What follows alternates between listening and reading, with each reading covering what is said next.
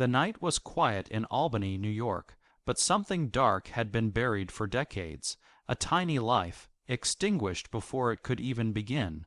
For 27 years, the city carried a secret it didn't know it was keeping. And then, one cold morning, the truth came knocking, and it was more shocking than anyone could have imagined. Some secrets stay buried for a lifetime, until one day they refuse to stay silent. What happened in Albany that night would change everything, and nobody saw it coming. In 1997, Washington Park was alive with the usual hum of summer. Joggers passed under the old elm trees. Kids chased ice cream trucks along the winding paths. Nobody noticed the shadow of tragedy lurking just beneath the surface. Carrie Mazuka was a quiet woman, the kind who melted into the background. She lived in a modest apartment, kept her routines, smiled when she had to. To the outside world, she was ordinary, maybe even forgettable. But inside, Carrie carried a secret she would guard with every ounce of her being. Her pregnancy had been hers alone. No one knew, not her friends, not her family, not even the coworkers she smiled at every day. It wasn't just a secret. It was a weight, a suffocating presence that grew heavier with each passing week. The day came when the secret could no longer stay hidden. Alone in her apartment, Carrie gave birth in the bathtub, her world narrowing to that tiny, fragile life in her hands. Fear gripped her chest like iron. What would people say? What would happen if anyone found out?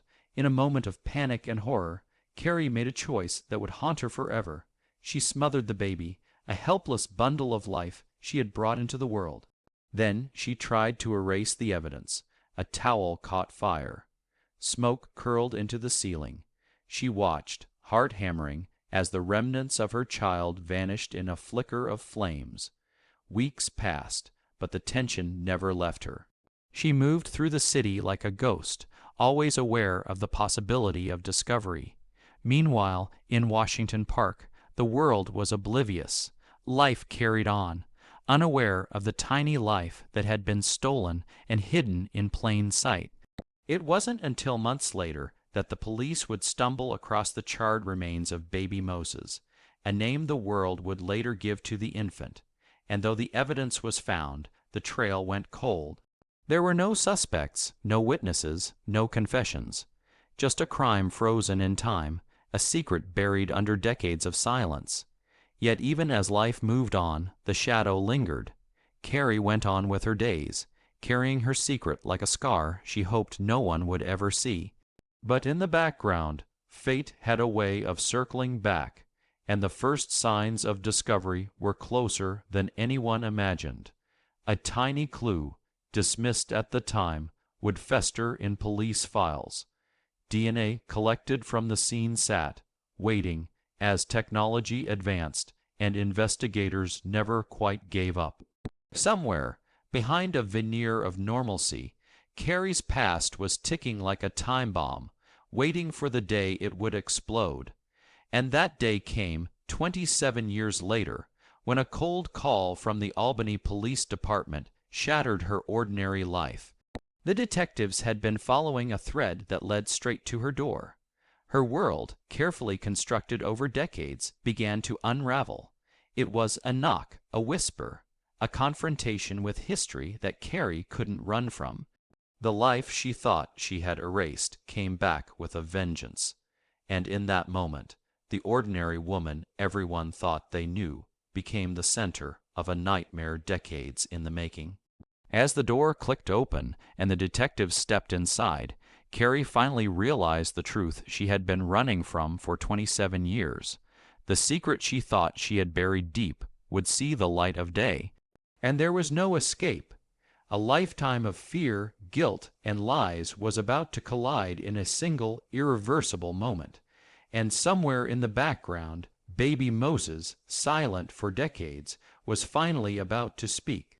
Carrie's carefully constructed world was crumbling, and the first whisper of justice had begun. Carrie's hands trembled as she watched the detectives scan her apartment, their eyes sharp, unflinching. Every corner, every drawer, every photograph was examined like a magnifying glass on her carefully hidden life. She had lived decades under the illusion of safety, but that illusion was cracking, thread by thread. The first question hit like a punch.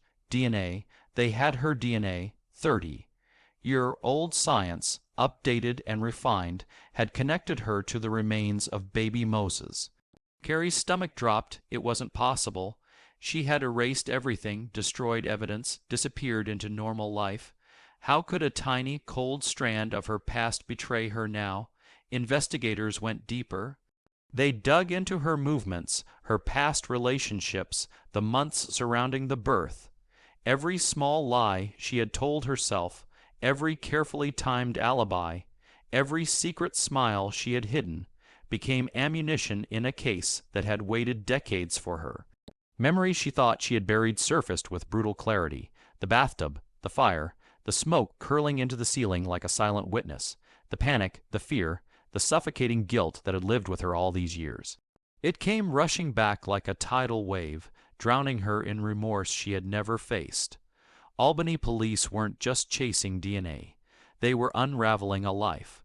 Friends, family, coworkers. They all became puzzle pieces to fit together a story no one had wanted to hear. Her ordinary world, the one she had built with quiet desperation, became a house of cards, ready to collapse at any wrong move. Then came the small discoveries that made her blood run cold. Her old journals, letters, even forgotten photos were pulled into the light. Investigators noticed patterns, inconsistencies, little slips of memory she had never thought would matter. Every small detail was a thread in the tapestry of guilt she could no longer control. For decades, she had hidden behind silence, and now that silence was deafening. The weight of it pressed down on her, a relentless force reminding her that nothing, not time, not distance, could hide the truth forever. Carrie tried to rationalize, tried to claim she was different now, a changed person. But detectives didn't care about change. They cared about truth, and the truth was a long shadow stretching across 27 years, reaching out to pull her into the light of accountability. Every conversation became a test. Every pause, every flinch, every hesitation was observed. Investigators knew she was hiding something, and each subtle reaction was another piece of evidence stacking against her. The power she had wielded over her secret had flipped. She was no longer in control. She was the hunted, and the hunters were relentless. Then, just when Carrie thought she might hold herself together, the twist came. A neighbor remembered seeing something unusual, a delivery of medical supplies she hadn't explained. A distant cousin mentioned her strange behavior months before. Each revelation was small, seemingly insignificant, but together they formed a chain that tightened around her neck. Carrie's inner world began to fracture. Memories, half forgotten, resurfaced in vivid detail. She remembered the panic, the suffocating fear, the helplessness of holding her own child and feeling she had no choice. Guilt became unbearable, raw and unfiltered. The facade she had maintained for decades was gone, stripped away by science, persistence, and the inexorable passage of truth. The investigation reached a crescendo when detectives confronted her with irrefutable evidence. DNA matched, timeline matched, circumstances matched, and the city that had turned a blind eye for so long finally held her accountable. The realization hit Carrie like a freight train. There was no escape. There was no rewriting history. For the first time, she cried, not for herself, not for the life she had built, but for the life she had taken. Baby Moses, silent for 27 years, finally had a voice in the form of proof too powerful to deny. And Carrie, once the keeper of secrets, now faced the weight of consequences she had evaded for decades. In a final twist, the detectives revealed that her confession was the only thing that could slightly lessen the damage. The city, the investigators, the public, they needed the truth. And after decades of silence, Carrie Mazuka finally spoke, her voice trembling, recounting the horrors she had committed, the fear, the panic, and the desperate attempt to erase a life that could never be erased.